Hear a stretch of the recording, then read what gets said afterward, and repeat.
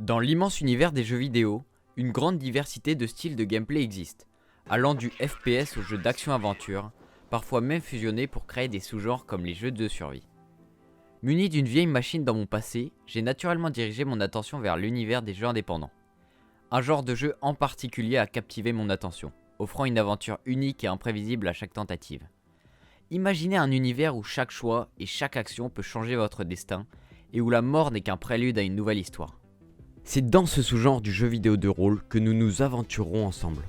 Et ce sous-genre n'est autre que le roguelike.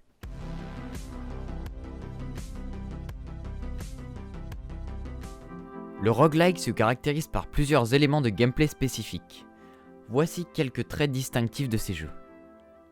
Les niveaux du jeu, les ennemis, les objets et d'autres éléments sont générés de manières aléatoires. Cela signifie que chaque partie offre une expérience unique. En général, si votre personnage meurt dans un roguelike, vous perdez toute votre progression. Cela crée une tension constante car chaque décision peut avoir des conséquences graves pour la suite de votre partie. Les roguelikes sont souvent associés à l'exploration de labyrinthes ou de donjons complexes. Ces environnements sont généralement remplis de monstres, de loot et de pièges. Le joueur possède également souvent un brouillard de guerre, c'est-à-dire qu'il ne voit pas directement l'entièreté des maps avant de les avoir visitées. Les jeux roguelike incluent souvent des éléments de jeu de rôle tels que des caractéristiques de personnages, des compétences et la gestion d'objets dans un inventaire. Les combats et les décisions tactiques jouent un rôle essentiel. Les joueurs doivent planifier soigneusement leurs mouvements, considérant les avantages et les inconvénients des différentes options. La progression dans un roguelike nécessite souvent d'apprendre par l'expérience. Chaque défaite peut apporter des connaissances qui vous aideront à mieux vous préparer pour la prochaine tentative.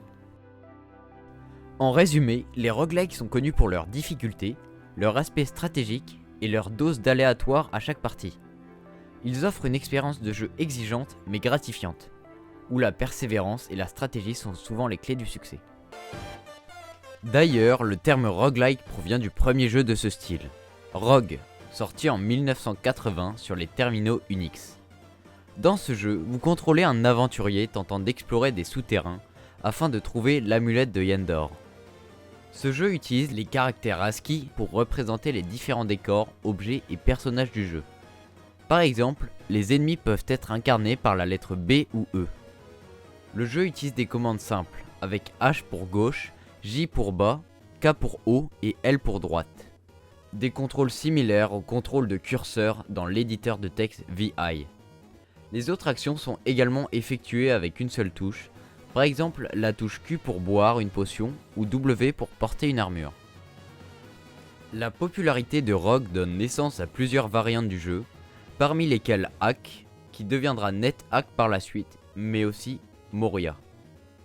Moria est développé par Robert Alan Koenig avec l'idée de transposer Rogue dans l'univers du Seigneur des Anneaux. Il y introduit des éléments tels que des niveaux générés aléatoirement et une cité où les joueurs peuvent acheter et vendre des équipements. Des variantes de Moria, dont la plus connue est Angbang, émergent également par la suite. Le développement de ces jeux alternatifs est facilité par l'utilisation de langages de programmation plus adaptés et ainsi que le partage du code source, permettant ainsi de créer des modifications plus aisément. Grâce à ces partages, le paysage des jeux vidéo du genre roguelike voit émerger de nombreuses versions et variantes grâce à la créativité des développeurs. Par la suite, de nombreux jeux ont découlé de ce genre, dont les donjons mystères comme avec la licence Pokémon ou encore avec la licence Final Fantasy. La principale différence entre les donjons mystères et les roguelikes classiques est l'absence de la mort permanente, ce qui facilite la progression du jeu. Le développement de jeux du genre roguelike se poursuit après les années 2000, marqué par le succès de la campagne de financement participatif, de la suite d'Ancient Domain of Mystery en 2012, ainsi que la première mise à jour majeure de NetHack en 2015, 28 ans après sa création. Une nouvelle tendance de roguelike, conçue pour être complétée en peu de temps, apparaît avec des jeux comme Doom RL, un jeu où vous incarnez un Doom Guy ayant pour but de tuer toutes les créatures sur son passage. Certains jeux s'inspirent de l'interface ASCII, une des caractéristiques du roguelike, en l'adaptant à d'autres genres du jeu vidéo. Un exemple est Dwarf Fortress en 2006, qui utilise cette interface dans un jeu de gestion, influençant plus tard la création de Minecraft. De même, le jeu de survie Unreal World utilise une interface similaire à celle de NetHack, combinée à un système de génération procédurale inspiré des roguelikes, afin de créer des mondes dans lesquels les joueurs doivent survivre. Au début des années 2000, les roguelikes connaissent un regain d'intérêt avec l'émergence d'un nouveau sous-genre appelé roguelite. Ce sous-genre voit le jour lorsque des développeurs indépendants commencent à intégrer des éléments caractéristiques des roguelikes dans des genres de jeux vidéo qui ne leur étaient traditionnellement pas associés. Spelunky, le jeu en fond, est un exemple de roguelite qui mélange les bases du jeu de plateforme avec des mécaniques issues des roguelikes. Un des pionniers de ce sous-genre se nomme Strange Adventure in Infinite Space, sorti en 2002 par le studio indépendant Hill. Il s'agit d'un jeu d'exploration spatiale qui intègre un système de mort permanente ainsi qu'une génération aléatoire des planètes. Le succès de Strange Adventure in Infinite Space et du jeu Spelunky inspire ensuite d'autres développeurs qui se lancent dans la création de nouveaux roguelites, dont les créateurs de Rogue Legacy, ainsi que le développeur de The Binding of Isaac, nommé Edmund Macmillan. D'ailleurs, ce jeu a un épisode de C'est quoi disponible en description. Ils attribuent à Spelunky le mérite de les avoir inspirés dans l'intégration d'éléments des roguelikes dans d'autres genres de jeux vidéo, ouvrant ainsi la voie à la création de leur propre jeu de type roguelite. Encore de nos jours, de nombreux roguelikes, souvent roguelites, sont joués et adorés par les joueurs, comme avec le célèbre Hades, sorti officiellement en 2020, où vous contrôlez Zagreus, le fils d'Hadès, ayant pour but de réussir à quitter les enfers pour rejoindre le monde des mortels.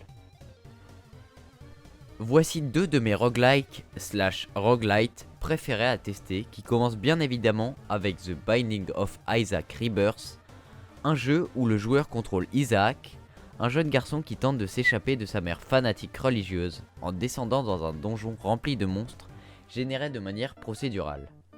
Il est suivi de près par le fabuleux Dead Cell, un roguelite en 2D où le joueur contrôle un amas de cellules possédant diverses capacités, qui doit explorer des niveaux remplis d'ennemis, générés lui aussi de manière procédurale.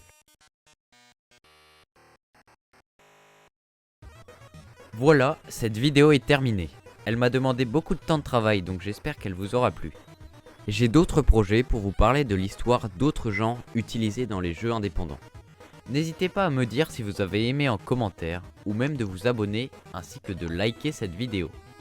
Sur ce, je vous recommande cette vidéo expliquant un peu plus en détail le fameux roguelite The Binding of Isaac.